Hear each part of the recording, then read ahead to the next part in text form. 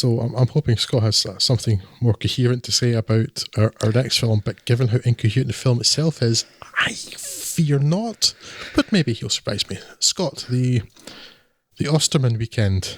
Yes, it's not really. Coherence is definitely not a strong suit, but yes, in the Osterman weekend, CIA agent Lawrence Fawcett, played by John Hurt, is heartbroken after his wife is killed by the KGB, as far as he knows, and he then throws himself into his work, uncovering a ring of Soviet spies called Omega. CIA Director Maxwell Danforth, played by Burt Lancaster, okays a scheme by Hurt to turn one or all of them, while keeping stum about the fact that Danforth actually ordered Facett's wife termination. Anyway, back to the scheme. As simply arresting the three-fingered Omega agents would tip off the KGB, Facett intends to use the long-standing university-era friendship between them and the non-treason suspected firebrand investigative journalist Rutger Hauer's John Tanner to drive wedges between them and unravel the wider network. While Tanner cannot initially believe his buds were in fact budskies, seeing footage of meetings between suspicious characters and Dennis Hopper's Richard Tremaine, a plastic surgeon, Chris Sarandon's Joseph Cardone, a trader and TV producer, Craig T. Nelson's Bernard Osterman, soon changes his mind, his only price being an interview with Maxwell Danforth when the dust settles. The location for this scheme is one of their upcoming periodic weekend reunions, this time at Tanner's gaff, which Facett stuffs to the gunnels with surveillance equipment like it's the house of Night Trap. And a side note, the alternative treatment of this material, where the reunion occurs at Bernard Osterman's residence called Weekend at Bernie's, is a radically different but more successful take on the subject matter. At any rate, between some probing questions and subtle interjections of eyebrow-raising pre-recorded material, combined with some prior hints dropped by the CIA that someone's onto them, it's hoped that one or more of the compromised agents will confide in Tanner and try and find a way out. At least in terms of raising questions, tempers and fists, this part of the plan seems to be going swimmingly. And, well, at this point I have more than a few questions about the setup, but was happy enough to go along with it, and I think it's a setup with a lot of potential. However, it's very much a script that seeks to keep you invested by not so much pulling rugs out from under you, but the entire foundation of the story. And I suppose for the sake of good form I should give you some spoiler warnings, but even for a near 30-year-old film, but as I don't recommend this film very much, I suppose it doesn't matter all that much, but, well, you've been warned. See, turns out that Facett had indeed figured out that Danforth is responsible for his wife's death and has concocted what has to be cinema's most needlessly elaborate, resource-intensive, obviously prone to failure, could not work in a billion years across a billion multiverses scheme to get revenge, I think, by forcing Tanner to expose Danforth by holding Tanner's wife and kids hostage, which seems to have been something that Facett could have simply done at any point by just giving Tanner an interview, which it turns out he also does. So what the hell the point of any of the last 90 minutes of film is a complete mystery to me, and from having a poke around, it was also to audiences at the time, and also to the screenwriters, and the actors, and the director. At least I'm in good company. Speaking of, this was controversial director/drunk Sam Peckinpah's last film, and is by all accounts a fairly ignominious exit, albeit more of a continued ignominy than any kind of sudden drop-off. A shame, as a large part of my reason for wanting to watch this pair was to have a butchers at some of Sam Peckinpah's work. He's another one of these directors whose work I feel I ought to be more familiar with. It's also a pretty solid cast, but one completely underserved by material that doesn't give anyone any real characterisation to play with, although Hurt and, to a degree, Hauer pull things along with goodwill earned from other, better films. There's other avenues for criticism, an awful lot of them, like some overall flat direction and some surely dated at the time attitudes to gratuitous female, naturally, nudity. But the very massive problem of a plot that cannot stop making you ask, but why? Every 2 minutes past the half-hour mark. It doesn't really need much of a further examination. I suppose I should say, partly because of this baffling plotting, I didn't actually hate watching Osterman Weekend, but in a kind of train wreck sort of way, and I do not for 1 second recommend anyone seek it out. Yeah, another kind of wild waste of potential, and quite what any of it is. I mean, this is one where I do kind of want to read the book, because how on earth is this plot supposed to make any sort of sense? It goes off the rails so far, I don't even know if there were rails anymore. You know, the whole ending of it is just weird and baffling, and yeah, it's just the setup I could go with. Then everything from about it about half an hour, 40 minutes in, just makes no sense at all, and seems to have been just done out of a kind of random twist generator. Yeah, a real waste of a film.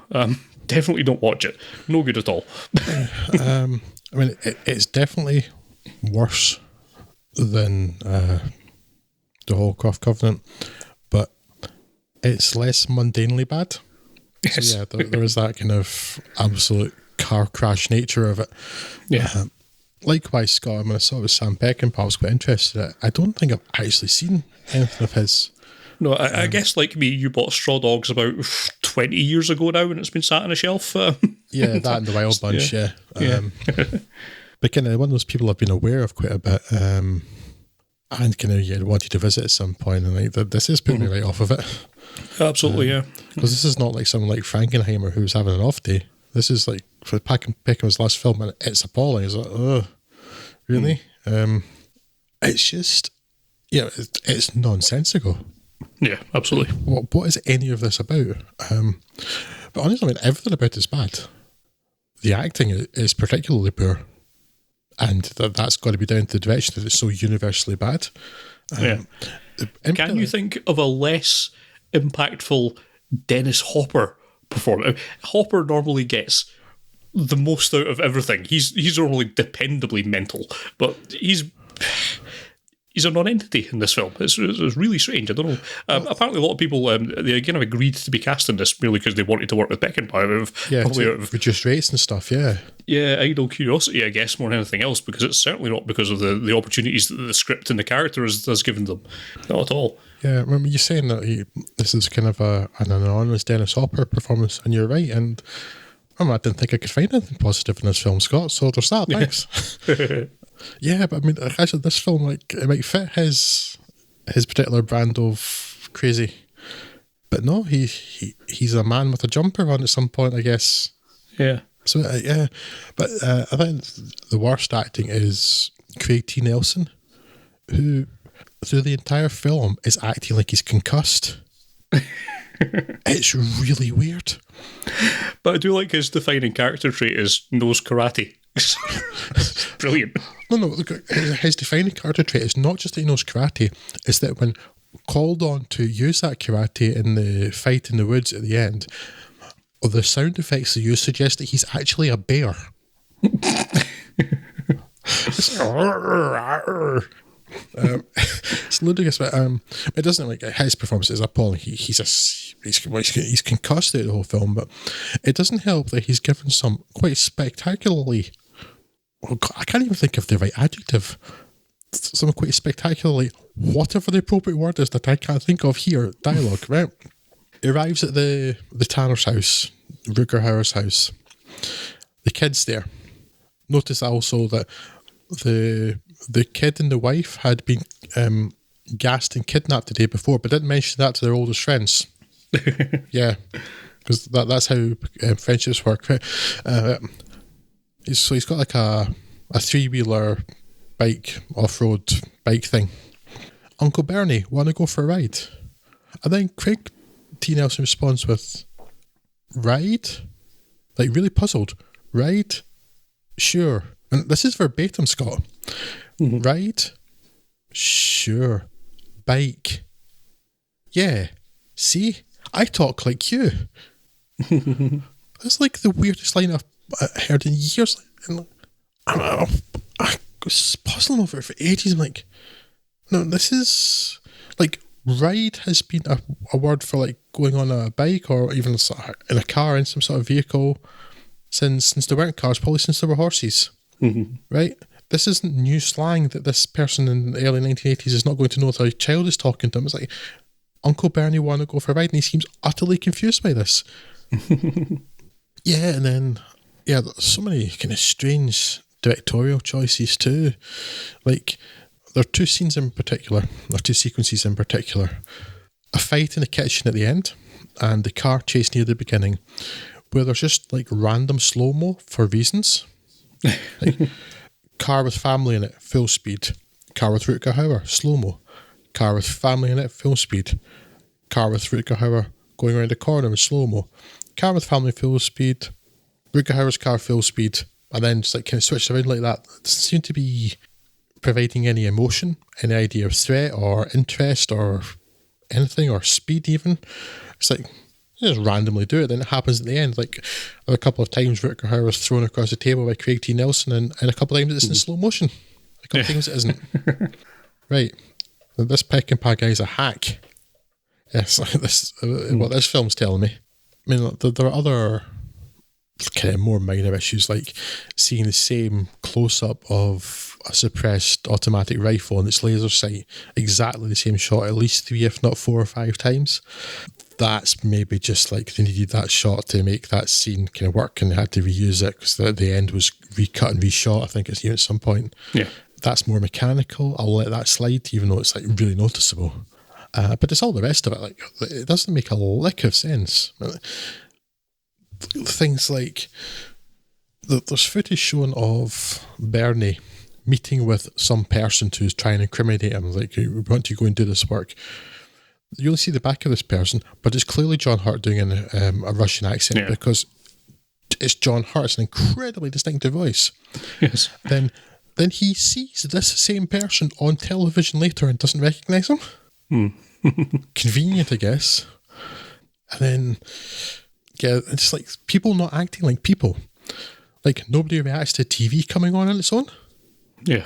And also, there's supposed to be these friends that have been friends for decades and stuff, and there's absolutely no chemistry between them at all. Yes, they all instantly hate each other. Yeah, I didn't buy it. It's very strange. That's not how friendships work, you know. It's like there was absolutely not a believable dynamic there at all. And then it doesn't help. I mean, it turns out actually that it's supposed to have been fake, but there's a point where you see a severed dog's head in the fridge. Yes. And I laughed. I laughed quite a lot, like a drain. I was cackling when I saw that because it was so bad. And then it turns out it's meant to be a fake and a bad fake, but still, that's clearly not the effect they're going for. Yes.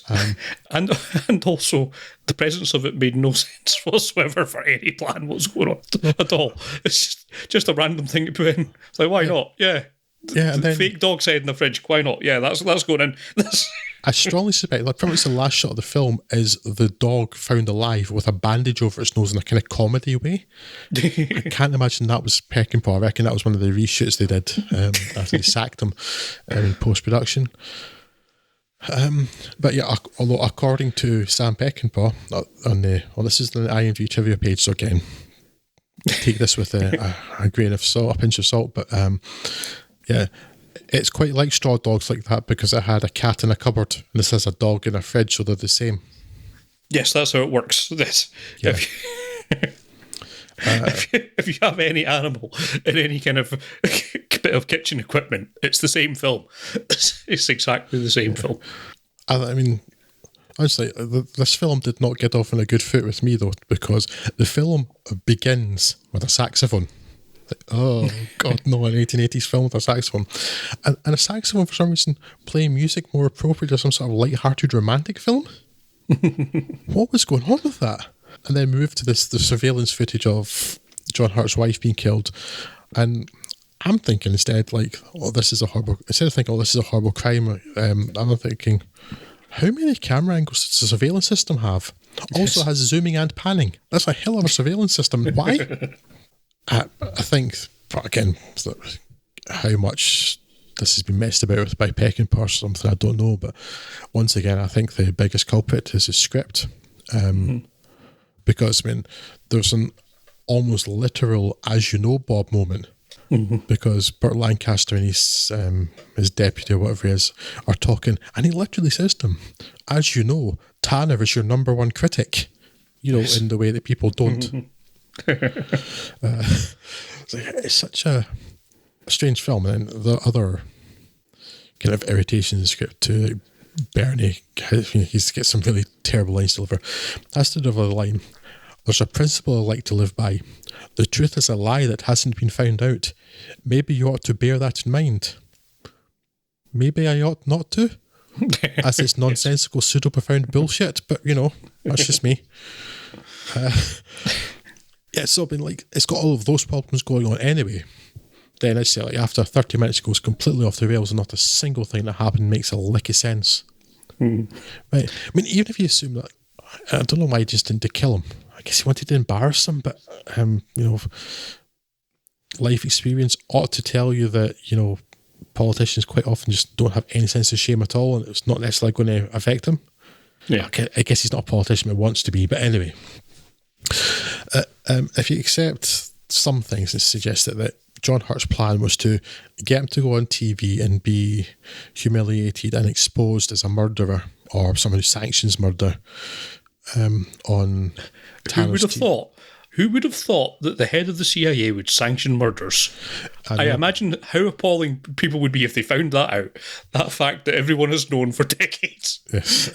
If they found that out, how shocked would they be? What a bad plan. Yeah. But assuming that's his end goal, which it seems to be. Yeah.